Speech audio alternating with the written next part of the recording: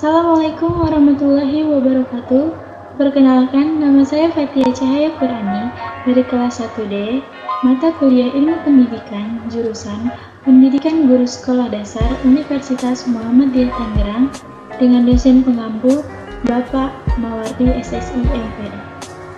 Sini saya akan menjelaskan materi tentang aliran-aliran klasik dalam pendidikan. Aliran-aliran pendidikan telah dimulai sejak awal hidup manusia, karena setiap kelompok manusia selalu dihadapkan dengan generasi muda keturunannya, yang memerlukan pendidikan yang lebih baik dari orang tuanya. Aliran-aliran klasik yang dimaksud adalah aliran empirisme, nativisme, naturalisme, dan konvergensi. Sampai saat ini, aliran tersebut masih sering digunakan, walaupun dengan pengembangannya telah disesuaikan dengan perkembangan zaman. Aliran empirisme. Teori John Locke dikenal dengan tabula rasa atau media lilin, yang menyebutkan bahwa anak yang lahir ke dunia seperti kertas putih yang bersih yang belum ditulis. Teori ini secara jelas mengatakan anak sejak lahir tidak mempunyai bakat dan kemampuan. Menurut aliran ini, pendidik sebagai faktor luar memegang peranan sangat penting, sebab pendidik menyediakan lingkungan pendidikan bagi anak, dan anak akan menerima pendidikan sebagai pengalaman.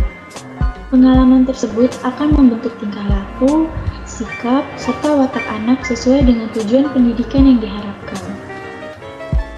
Kelemahan pada aliran ini adalah hanya mementingkan pengalaman, sedangkan kemampuan dasar yang dibawa anak sejak lahir dikesampingkan. Padahal ada anak yang berbakat dan berhasil meskipun lingkungan tidak mendukung. Aliran nativisme. Schopenhauer, tokoh aliran ini berpendapat bahwa perkembangan individu ditentukan oleh faktor-faktor yang diawali sejak lahir. Bagi nativisme, lingkungan sekitar tidak ada artinya, sebab lingkungan tidak akan berdaya dalam mempengaruhi perkembangan anak. Menurut aliran ini, keberhasilan belajar ditentukan oleh individu itu sendiri. Nativisme berpendapat juga, jika anak memiliki bakat jahat dari lahir, ia akan menjadi jahat. Dan sebaliknya, jika anak memiliki bakat baik, ia akan baik. Tapi, pembawaan bukanlah satu-satunya faktor yang menentukan perkembangan. Masih banyak faktor yang lain yang dapat mempengaruhinya. Aliran naturalisme. Tokoh aliran ini adalah J.J. Rousseau.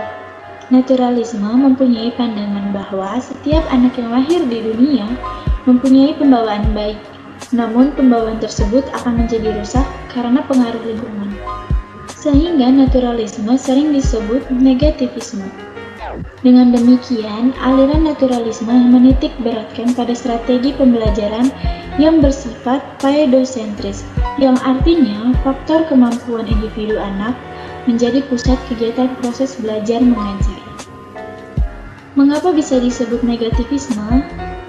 Karena pendidik wajib membiarkan pertumbuhan anak pada alam.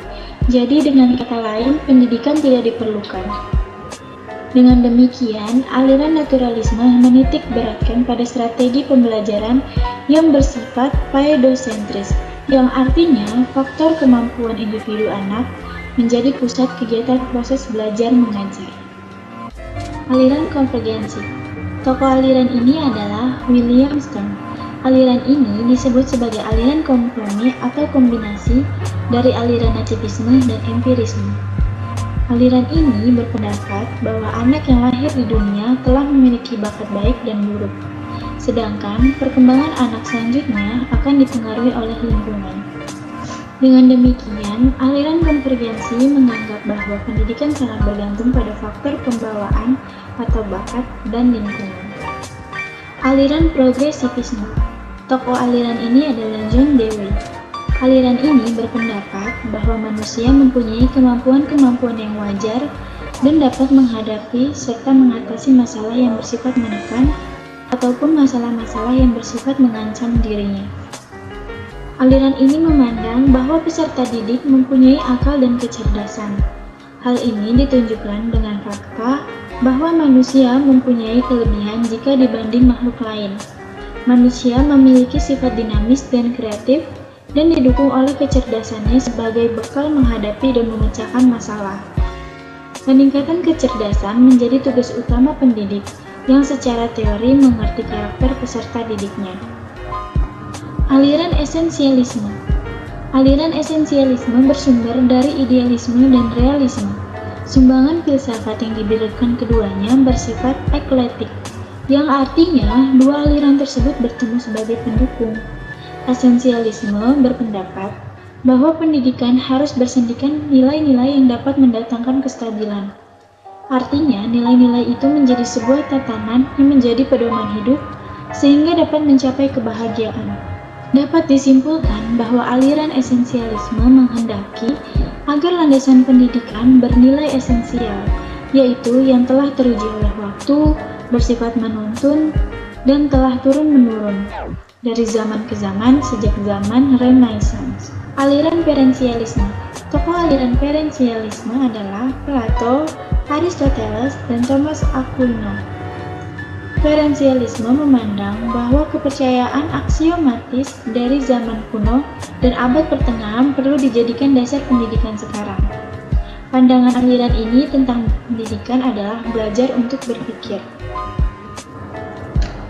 Oleh sebab itu, peserta didik harus dibiasakan untuk berlatih berpikir sejak dini. Pada awalnya, peserta didik diberi kecakapan-kecakapan dasar seperti membaca, menulis, dan berhitung.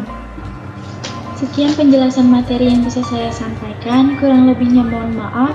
Wassalamualaikum warahmatullahi wabarakatuh.